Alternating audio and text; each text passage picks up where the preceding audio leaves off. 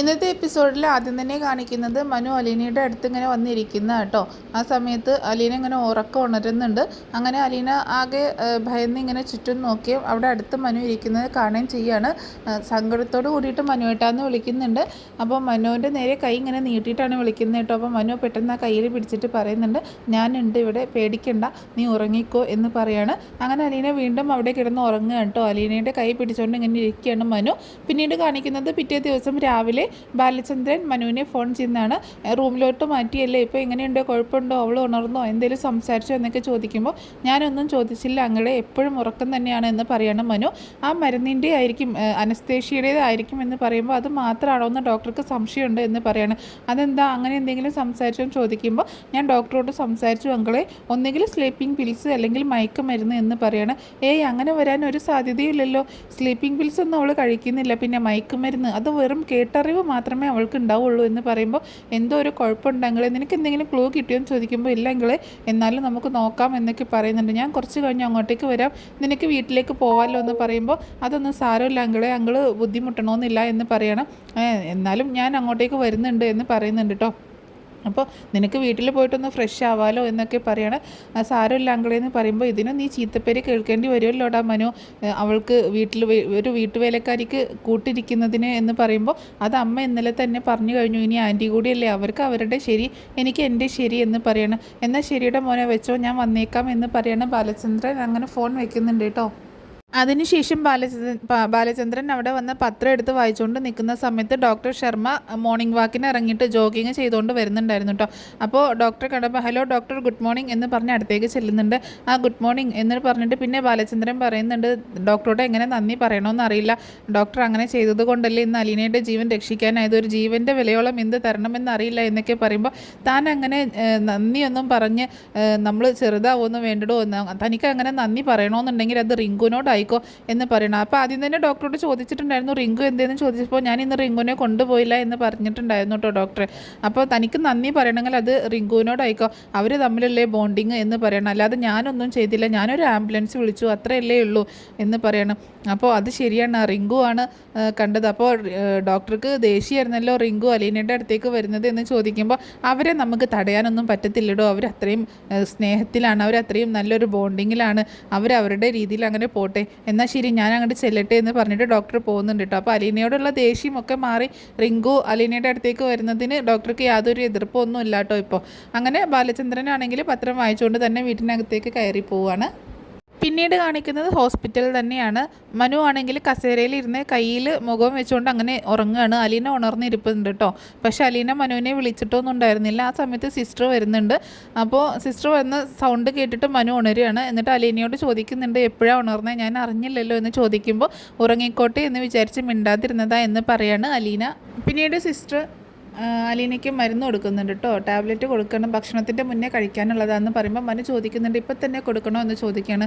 ഇപ്പോൾ കൊടുക്കാം, അല്ല അതെന്താ ഇത്ര നേരത്തെ കൊടുക്കുന്നതെന്ന് ചോദിക്കുമ്പോൾ ഇത് കൊടുത്തിട്ട് വേണം എനിക്ക് പോകാൻ, കുറച്ച് കഴിഞ്ഞാൽ പിന്നെ എൻ്റെ ഡ്യൂട്ടി കഴിയാണ്, അപ്പോൾ അടുത്ത ആൾ വരുമ്പോൾ കൊടുത്താൽ പോരെ എന്ന് ചോദിക്കുന്നുണ്ട് മനു. ഇത് എൻ്റെ ഡ്യൂട്ടിയാണ് എന്ന് പറയണം, ഭക്ഷണത്തിൻ്റെ അരമണിക്കൂർ മുന്നേ കഴിച്ചാൽ മതി എന്ന് പറഞ്ഞിട്ട് കൊടുക്കുക കേട്ടോ. ഇതിപ്പോൾ 2 മണിക്കൂർ മുന്നേ ആണല്ലോ എന്ന് മനു പറയുകയും ചെയ്യുന്നുണ്ട്. അങ്ങനെ അലീന ടാബ്ലറ്റ് കഴിക്കുന്നുണ്ട്. അങ്ങനെ സിസ്റ്റർ പോവുകയാണ്.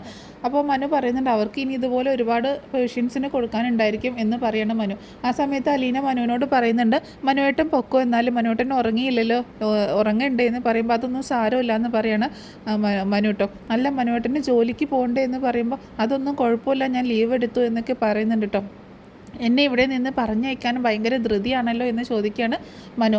അയ്യോ അങ്ങനെയല്ല മനുവേട്ടന് ഇവിടെ ഉള്ളത് എനിക്ക് എത്ര സന്തോഷമാണെന്നറിയോ എന്ന് ചോദിക്കണം. അങ്ങനെയാണോ, പിന്നെ എന്താ കുഴപ്പം, അങ്ങനെയല്ല, എന്നാലും മനുവേട്ടൻ ഇവിടെ ഈ കസേരയിൽ ഇരുന്നിട്ട് കൊതുകടിയും കൊണ്ട് ഇരുന്ന് ഉറങ്ങുന്നത് കണ്ടപ്പോഴേ എനിക്ക് സങ്കടം വന്നു, അതാണ് എന്ന് പറയണം. അതൊന്നും സാരമില്ല എന്ന് പറയുന്നുണ്ട്. എനിക്ക് വേണ്ടി ഇങ്ങനെ ഒരാൾ ഉറക്കമൊഴിച്ച് എനിക്ക് കൂട്ടിരിക്കുക എന്ന് പറയുന്നത്, മനുവേട്ടൻ കൂട്ടിരിക്കുക എന്ന് പറയുന്നത് എനിക്ക് ഒരുപാട് സന്തോഷം നൽകുന്ന കാര്യമാണെന്ന് അലീന പറയുന്നുണ്ട് കേട്ടോ. അത് കേട്ടപ്പോൾ മനുവിനും ഭയങ്കര സന്തോഷമാവാണ്. ആ സമയത്ത് മനു കസേര അലീനയുടെ അടുത്തേക്ക് വലിച്ചിട്ടിട്ട് അതിലിരിക്കുകയാണ്. എന്നിട്ട് ചോദിക്കുന്നുണ്ട് സംസാരിക്കാൻ ബുദ്ധിമുട്ടുണ്ടോ എന്ന് ചോദിക്കുമ്പോൾ ഇല്ലയെന്ന് പറയാണ് അലീന.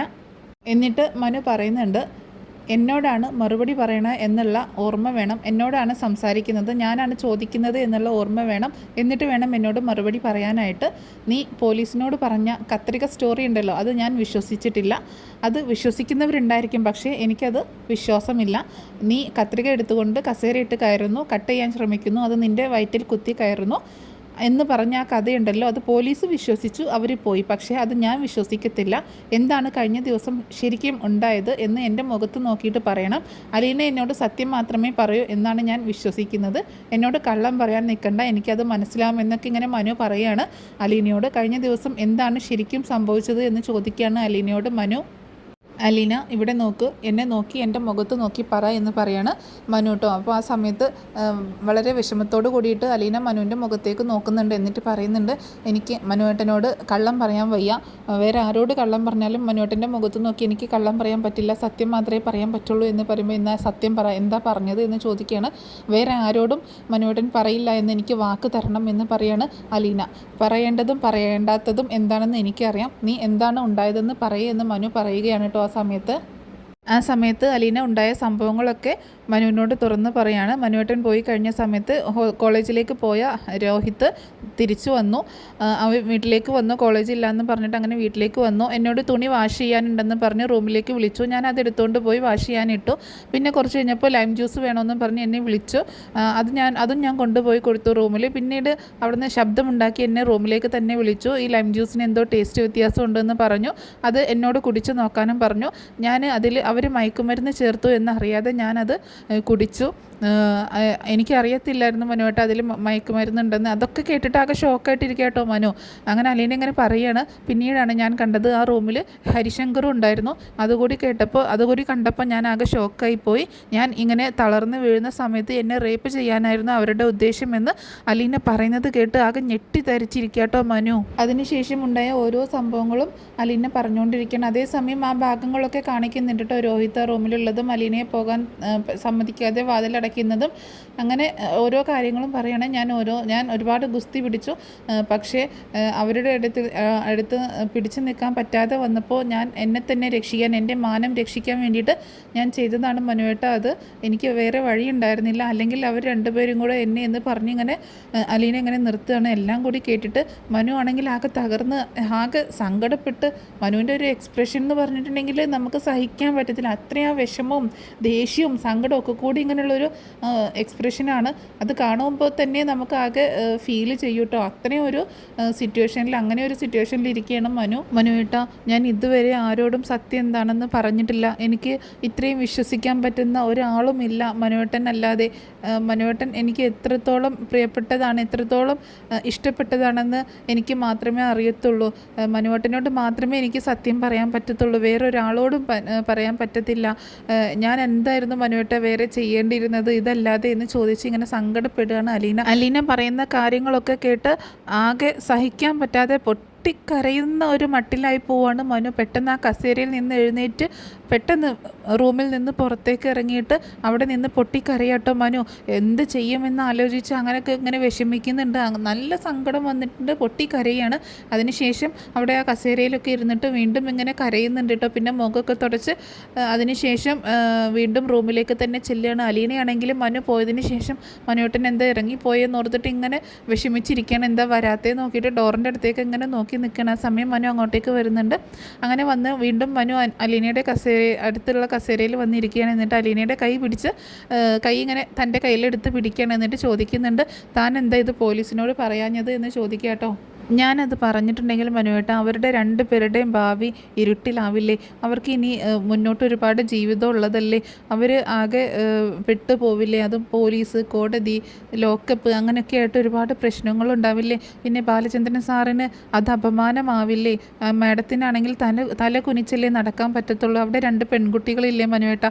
അവർക്ക് മര്യാദക്ക് സ്കൂളിലും കോളേജിലൊക്കെ പോയി പഠിക്കാൻ പറ്റുമോ? മനുവേട്ടനും അതുപോലെ ഇത് അപമാനം തന്നെയല്ലേ? മനുവേട്ടനും പുറത്തിറങ്ങി നടക്കാൻ പറ്റുമോ? ഞാൻ എല്ലാം ആലോചിച്ചു മനുവേട്ട. അതുകൊണ്ടാണ് ഞാൻ അങ്ങനെ മറുപടി കൊടുത്തത്, പോലീസിനോട് അങ്ങനെ പറഞ്ഞത് എന്ന് പറയണം അലീന. ഇതൊക്കെ കേട്ട് ആകെ വിഷമിച്ച് മനു ആണെങ്കിൽ അലീനയുടെ കൈയെടുത്ത് തന്നെ നെഞ്ചോട് ചേർത്ത് പിടിച്ചിട്ട് അവളുടെ തലയിൽ ഇങ്ങനെ തലോടിയും കൊണ്ട് ഞാനുണ്ട് എന്നുള്ള രീതിയിൽ പറയാണ് മനു. പിന്നീട് കാണിക്കുന്നത് നമ്മുടെ കടപ്പാട്ടൂർ വീടാണ്. ബാലചന്ദ്രൻ ബാഗൊക്കെ എടുത്ത് ഷോപ്പിലേക്ക് പോകാനായിട്ട് ഇറങ്ങുകയാണ്. അവിടെ കൃഷ്ണ ഇരിക്കുന്നുണ്ടായിട്ട്. അപ്പോൾ കൃഷ്ണൻ്റെ തലക്കിട്ട് ഒരു കൊട്ട് കൊടുക്കുന്നുണ്ട്, പേന കടിക്കുന്നോടി എന്ന് ചോദിച്ചുകൊണ്ട്.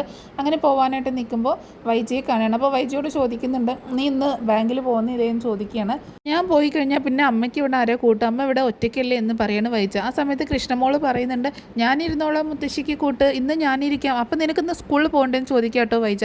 ഇന്ന് ലീവ് എടുക്കാം, ഇന്ന് ഞാനിരിക്കാം, നാളെ ബബിതേച്ചി, അങ്ങനെ ഓരോ ദിവസം നമുക്ക് മാറി മാറി ഇരിക്കാം എന്ന് പറയുമ്പോൾ, എന്നെക്കൊണ്ട് പറ്റത്തില്ല, എനിക്ക് കോളേജ് ലീവാക്കാനൊന്നും പറ്റത്തില്ല എന്ന് ബബിത പറയാണ്.